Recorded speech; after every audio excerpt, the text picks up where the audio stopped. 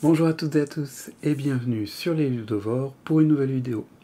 Aujourd'hui, malheureusement, je ne suis pas accompagné de Kevin pour des questions de timing et d'emploi du temps respectifs, mais je vais vous parler aussi en son nom d'un jeu que nous avons reçu il y a quelques temps maintenant en prototype, et cette vidéo va être pour nous l'occasion de vous faire une petite review. Alors, ce jeu en prototype, quel est-il? Eh bien, il s'agit de Ultramassif en français, de chez Studio Unknown, si je me souviens bien, un primo-éditeur. C'est un jeu qui est annoncé pour de 2 à 4 joueurs, et pour des parties de 60 à 120 minutes. Il va être très bientôt en financement participatif, et donc, bien entendu, dans la description de cette vidéo, vous retrouverez un lien vers la page de financement. Il est à noter que cette review est possible justement parce que l'éditeur nous a fourni une copie non finalisée, c'est vraiment un prototype, mais ça je reviendrai un peu dessus un peu plus tard.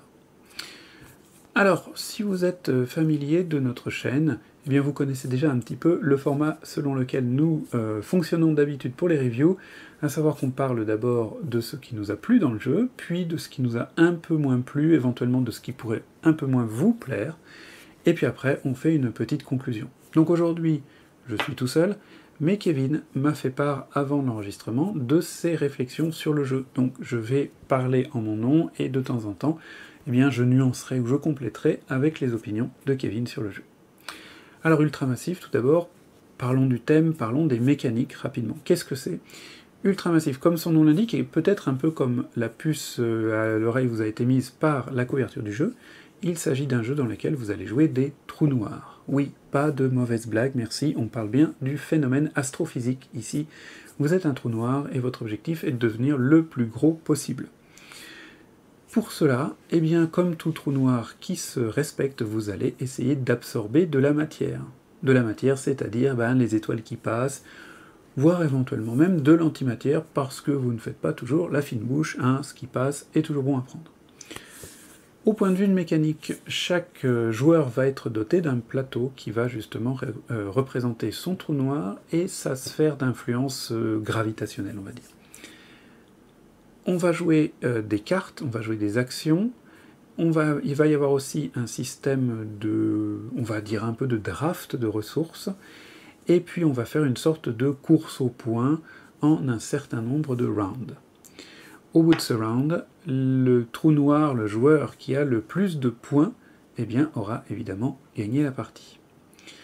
Alors, ce qui est assez intéressant, quelque part, pour commencer cette review, c'est que ce jeu, finalement, mélange, moi je dirais, plusieurs mécaniques. Vous allez avoir d'abord du jeu de cartes, puisque vous allez avoir chaque tour 3 cartes d'action dans la main, sachant que vous ne pourrez en jouer que 2 par tour. Donc vous aurez toujours un choix à faire entre les 3, sachant que la 3e carte, vous la gardez pour le tour suivant. Vous avez aussi, comme je le disais en introduction, une dimension de draft, parce que avant de passer à la phase d'action, il y a une sorte de phase de préparation dans laquelle vous allez justement drafter, et même contre-drafter des ressources ou des actions. Je m'explique. Eh bien, dans l'ordre du tour, évidemment cet ordre va changer au fur et à mesure des rounds, chacun va devenir premier joueur à son tour, eh bien vous allez d'abord positionner votre pion sur la position que vous voulez, qui correspond à la ressource que vous voulez. Alors, quelles sont ces ressources? Vous avez premièrement la possibilité de récupérer une étoile de plus ou moins grande importance, à savoir de plus ou moins grand poids, ce poids étant matérialisé sur un jeton par le nombre de points, qui va de 2 jusqu'à 4, donc 2, 3, 4. Vous avez aussi la possibilité de demander comme ressource un mouvement, c'est-à-dire de faire un mouvement gravitationnel pour faire venir plus près de vous les planètes et les étoiles de manière à les absorber tôt ou tard. Vous avez ensuite la possibilité de demander des points de découverte. Ces points de découverte vont servir de monnaie pour une prochaine étape dont je vais parler juste après. Et puis vous avez aussi la possibilité de demander une action spéciale qui va vous donner le choix entre 2 possibilités. Je reviendrai un petit peu dessus tout à l'heure. Dernière chose, si j'avais oublié, excusez-moi, vous pouvez aussi demander de l'antimatière. Alors l'antimatière, c'est un petit peu spécial, parce que comme son nom l'indique, c'est de l'antimatière, à savoir que si elle entre en contact avec de la matière, les deux disparaissent. Alors me direz-vous, si vous cherchez à obtenir du poids gravitationnel, l'antimatière, à quoi ça sert franchement? Eh bien l'antimatière est absorbée de la même manière par le trou noir, simplement il y a une petite astuce de jeu, à savoir que lorsque vous demandez par ce draft une antimatière, vous allez obtenir une antimatière lourde, c'est-à-dire qui vaut 4 points.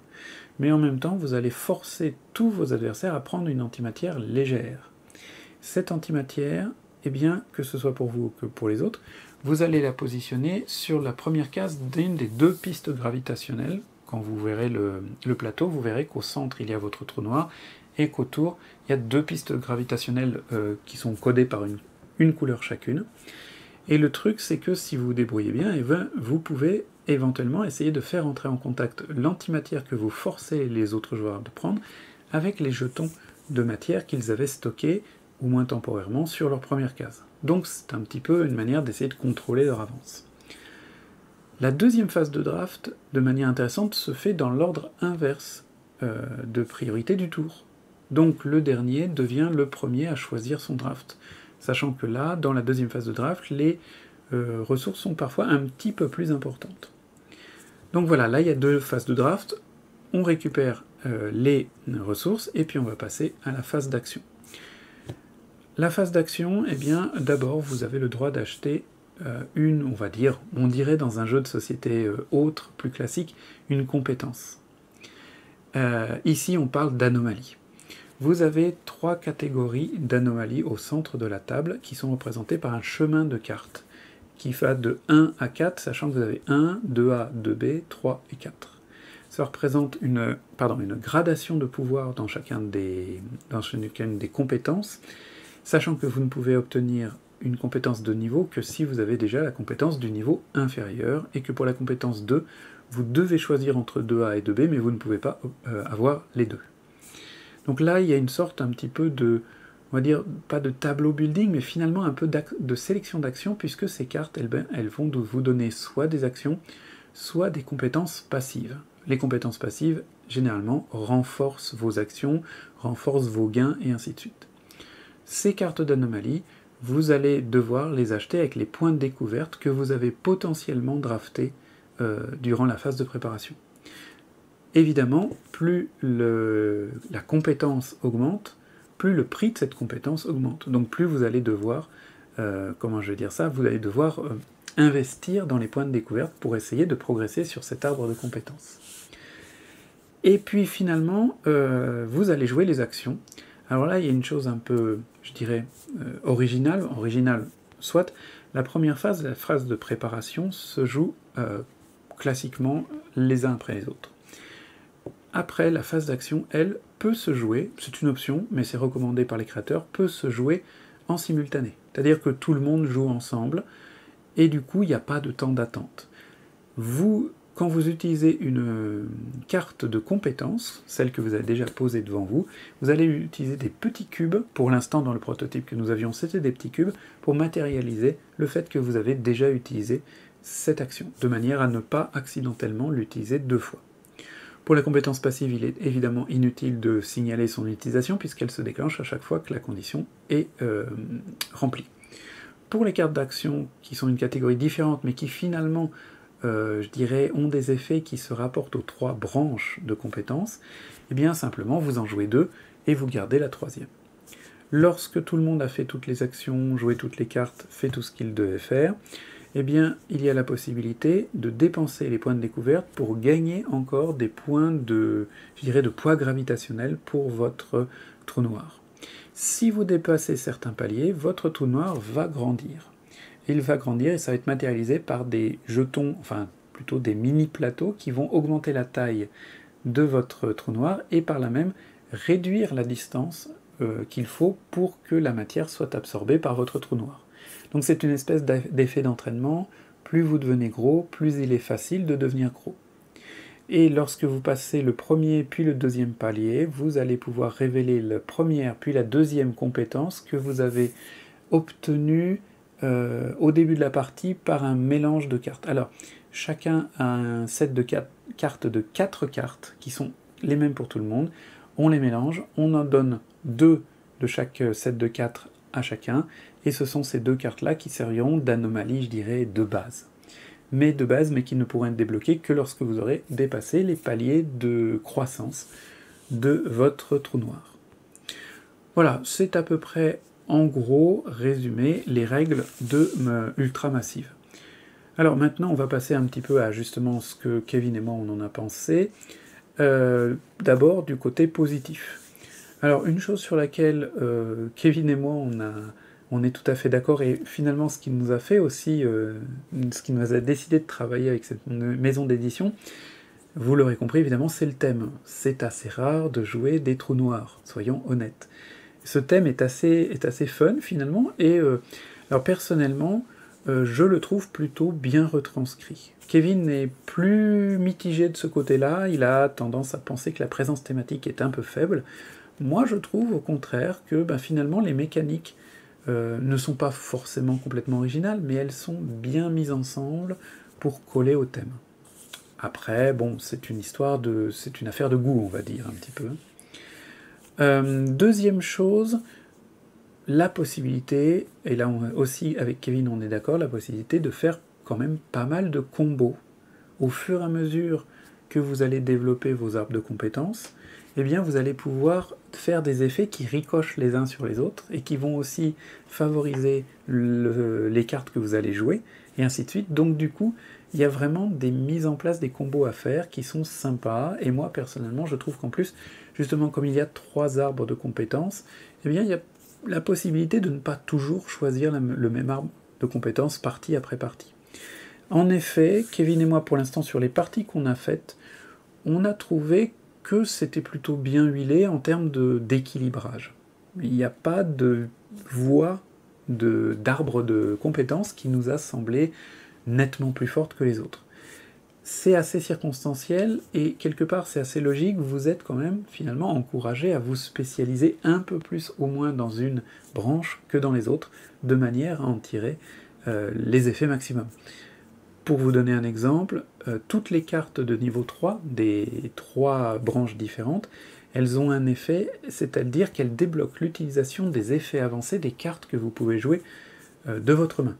Donc ça peut devenir intéressant si vous arrivez à comboter ça avec la branche qui vous intéresse, à savoir soit le gravitationnel, c'est-à-dire faire déplacer les étoiles et les masses d'étoiles vers votre trou noir, soit attirer des étoiles dans votre orbite, soit déclencher des effets en fonction de la taille de votre trou noir.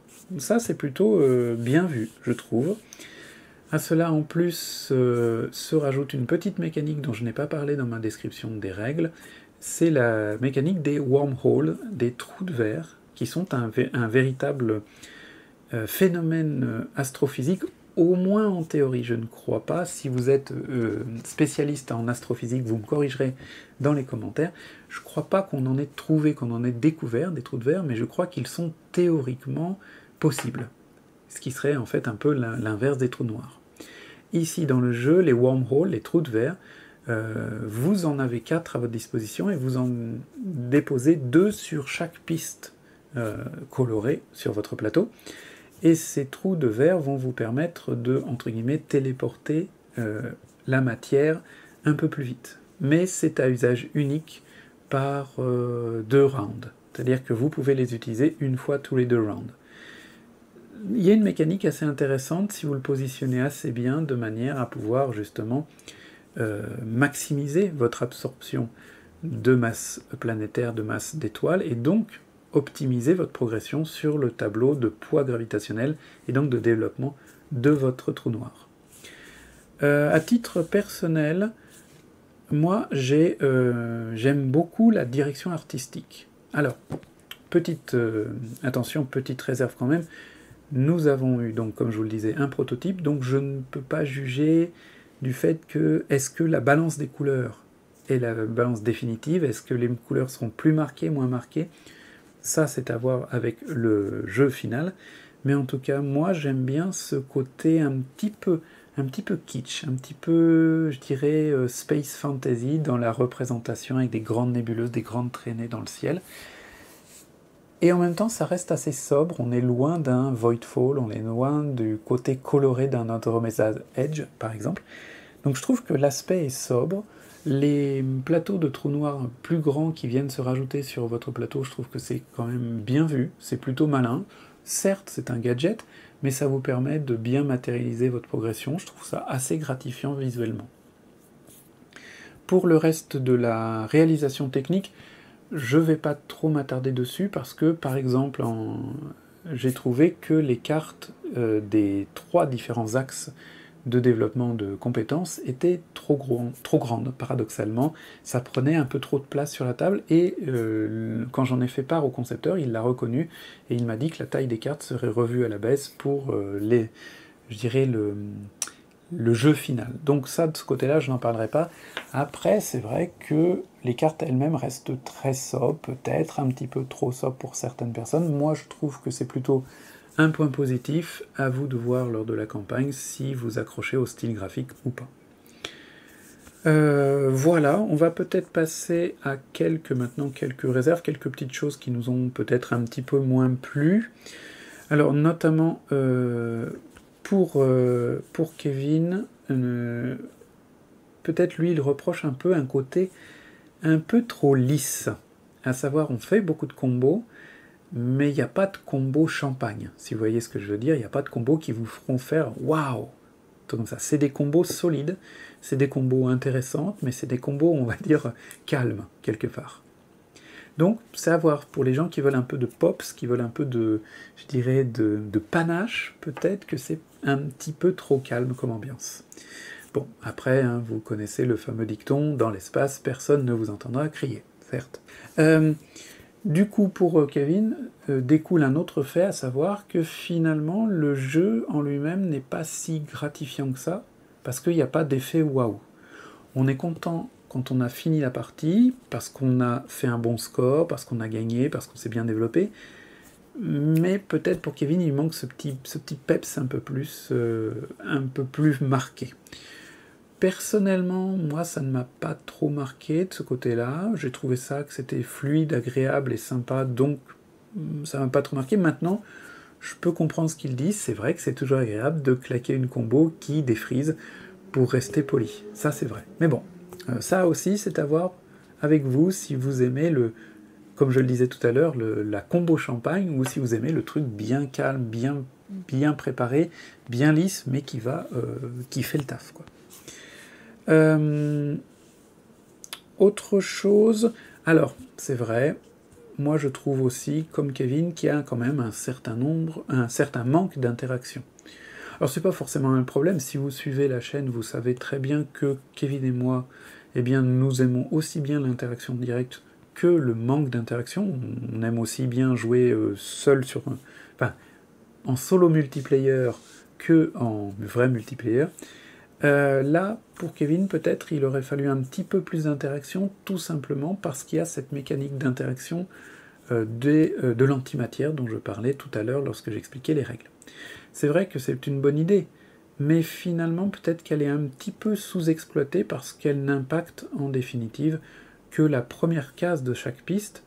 Or, par nature, vous n'êtes pas du tout encouragé à stocker de la matière sur le début de votre piste de progression vers le trou noir. Au contraire, vous êtes encouragé à le faire avancer le plus vite possible. Donc l'impact d'envoyer de l'antimatière sur les pistes de l'adversaire est peut-être un petit peu trop limité pour que ça compense le fait que ce soit à peu près le seul mécanisme d'interaction. Parce qu'on ne peut pas qualifier le fait de se faire piquer sa place dans le draft en première phase de jeu d'interaction, ça n'en est pas une, on est bien d'accord. C'est vrai que donc de ce côté-là, je suis assez d'accord que finalement, il y a peut-être on est un petit peu les fesses entre deux chaises, quoi. On aurait peut-être aimé un peu plus d'agressivité, mais après, thématiquement, c'était un peu difficile de le justifier, parce que les trous noirs, par définition, ça n'a rien d'agressif, entre guillemets. Alors là, c'est à voir, de votre côté, là aussi, encore une fois, ce que vous en pensez, si ce côté interaction limitée ne vous gêne pas, ou si, pour vous, c'est un peu un deal breaker, comme disent les anglophones. Finalement, c'est ça, pour résumer, que Kevin reproche en particulier à Ultramassive, c'est le côté peut-être un petit peu trop lisse du jeu, en général. Je comprends ce qu'il dit par là, quelque part je suis assez d'accord, personnellement ça me gêne pas, là aussi c'est à vous de voir. Donc finalement, pour faire un petit bilan de tout cela, personnellement je trouve qu'Ultramassive c'est un petit jeu. Alors c'est un petit jeu, tout à l'heure je vous ai annoncé 60 à 120 minutes de jeu.